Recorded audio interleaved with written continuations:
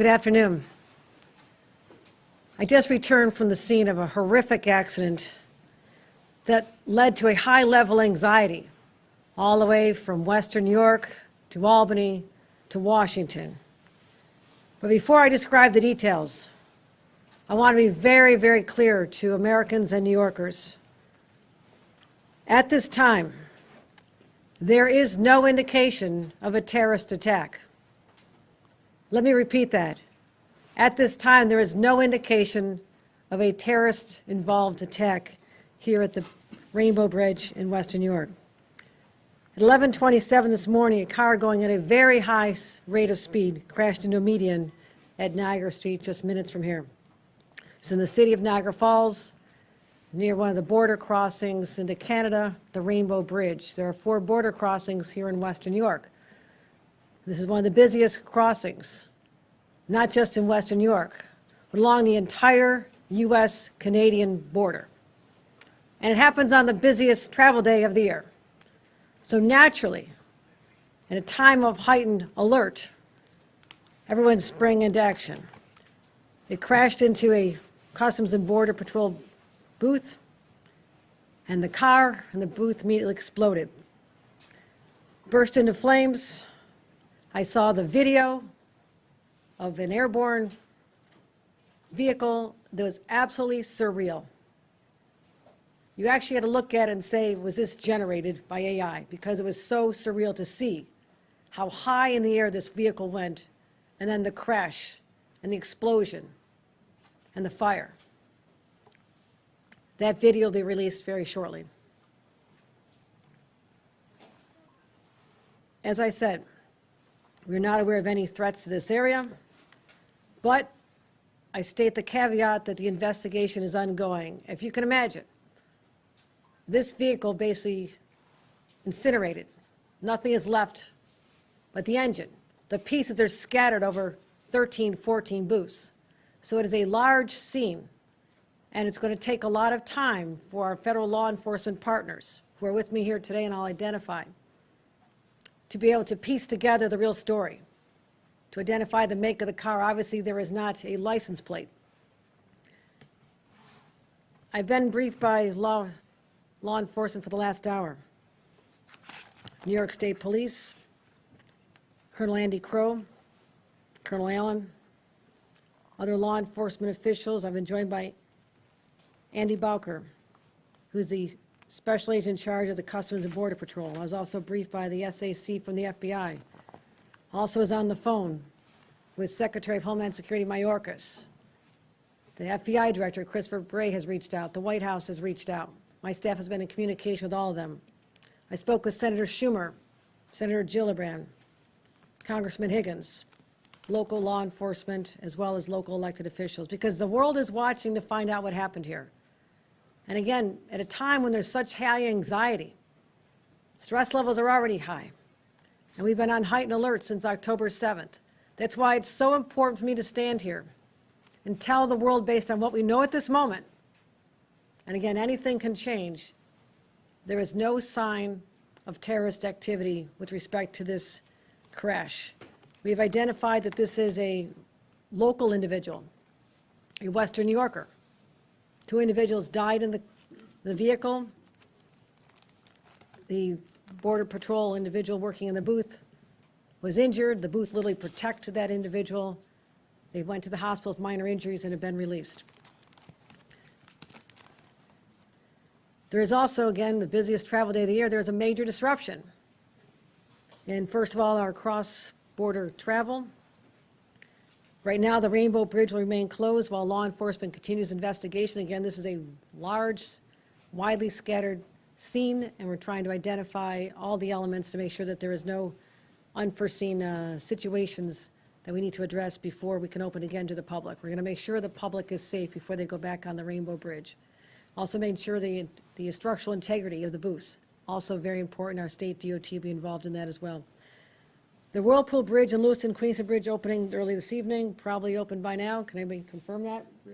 We're open now, okay? They are open now. There's been a lot of people trying to get across. I appreciate that. The Peace Bridge, which was open, is already reopened a half an hour ago. For those traveling by train, Unfortunately, Amtrak has temporarily suspended its cross-border service between New York State and Canada. And the Buffalo Airport, despite early reports, the Buffalo Airport was never closed and everything is normal. Domestic flights are still active. There has been no cessation in service there. What I want to do at this time is extend my extreme gratitude to all of our partners, Customs and Border Patrol, Homeland Security, FBI, our state police, local sheriffs from Niagara County, Erie County, all stepped up to assist in trying to identify what exactly transpired here beginning at 11:27 a.m. this morning. They gave up their time from their families. They showed up. They reminded us that there are people who put on a uniform every single day, put themselves in harm's way. The people out there on that bridge, in the immediate aftermath of what happened, unknown, the source, the cause of this explosion, were out there doing their jobs. So I want to pause to give them just the gratitude of a governor and 20 million New Yorkers who sleep better at night because of their willingness to do this. They run toward danger. They should be with their families today, but they will not be. This investigation will go on for a number of days, and that's why we will not have any further answers at this time as to the individuals involved, the deceased, any motivation, and there's a lot of unanswered questions. But at this time, we just need to dial down the temperature right now, and that's what I plan to do as governor. Just let everybody know all is well. We're investigating. More information could arise, but based on the preliminary investigation, no sign of terrorist involvement in the horrific explosion that occurred here in Western New York. Any questions? Governor Hochul, can you explain what you're basing that determination on, that there was no terrorist activity here, and instead calling this a horrific accident?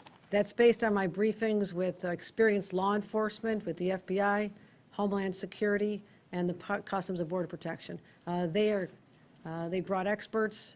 They're still analyzing this, but there's been no indication based on any online threats, anyone taking credit for anything, all the usual areas you look to identify whether or not there's a group involved. At this time, you hear me say this at this time, a dozen times, because it is still unfolding, but I didn't want to leave the public with a lot more anxiety than they need to have at this time. So I just want to be perfectly clear, there is no evidence to show at this time that this was a terrorist activity? There is no evidence at this time that this was a terrorist activity. And that's what I want to make very clear to the public, just to calm everybody down. It's really important because based on what's happening in other parts of the world, everybody is on edge. And this is an international border, and we've always felt the vulnerability there. But this was I won't call it an accident. It has not been determined to be an accident. You don't know whether the driver was intentional in how they drove. We do not know that. All I know is there was a horrific accident, well, I won't call it an accident, a horrific incident, a crash, an explosion, loss of life, but at this time, no known terrorist connection. Governor, we saw agents canvassing the neighborhood, specifically near the casino and on Niagara Street. Is there a reason why? Our sources are telling us this couple may have left the casino and were on their way to Toronto. I can't confirm where the car originated at this time, but there is suspicion that the vehicle may have originated in that vicinity. I'm sorry, can you just clarify, of Niagara Falls, or where that car may have originated? Within the city. Of Niagara Falls? Not saying that's a local resident. I'm saying that it's a Western New York resident who was most likely in that vicinity prior to the high rate of speed, extraordinarily high rate of speed that led to the crash into the median that sent the vehicle airborne. And when you see this video, your jaw will drop in disbelief at how this went so high over an 8-foot high fence. It's rather extraordinary. Time for one more. Can you just walk us through the idea, the decision to close all border crossings in Western New York? What went into that, and can you walk us through the sheer magnitude of that kind of decision? I'm going to turn it over to the representative from the Customs and Border Patrol, special agent in charge. That would be Aaron Balker. Yep. Or would you like to address the decision made to close the border? Thank you, Governor. I think anytime you have an incident like this, you want to take an abundance of precaution to protect not only the staff and personnel, but also the public. So you make a quick decision like that, and then to go back based on the totality of circumstances, working with law enforcement partners to reopen, we are reopened. Can you walk us through the man who was hurt, the agent? Was it a customs agent or was it a border protection? It was a Customs and Border Protection officer. Out of an abundance of precaution, based on some minor injuries, went to the hospital, was treated and released. And what have your conversations with that person been? I'm not going to get into any other further details at this time. A veteran of the force, or how long? Just going to leave it at that it was an employee. Have you ruled out suicide? Talking I'm about sorry? the casino. Have you ruled out potential It's an ongoing investigation, so we're not going to say anything else at this time. Did you say how many people were injured at the scene, just the one, or was there multiple injuries? From our employees, it was one employee. I think that's something, I mean, it's something we should be grateful for. When you look at the scale of the scene, of how far the pieces of this vehicle exploded and scattered, the fact that other people in other vehicles, and there's been some damage to other vehicles, I mean, you can imagine, the lines were long. Many booths. This is not an isolated late-night occurrence. This is the busiest travel day of the year at 11:27 in the morning.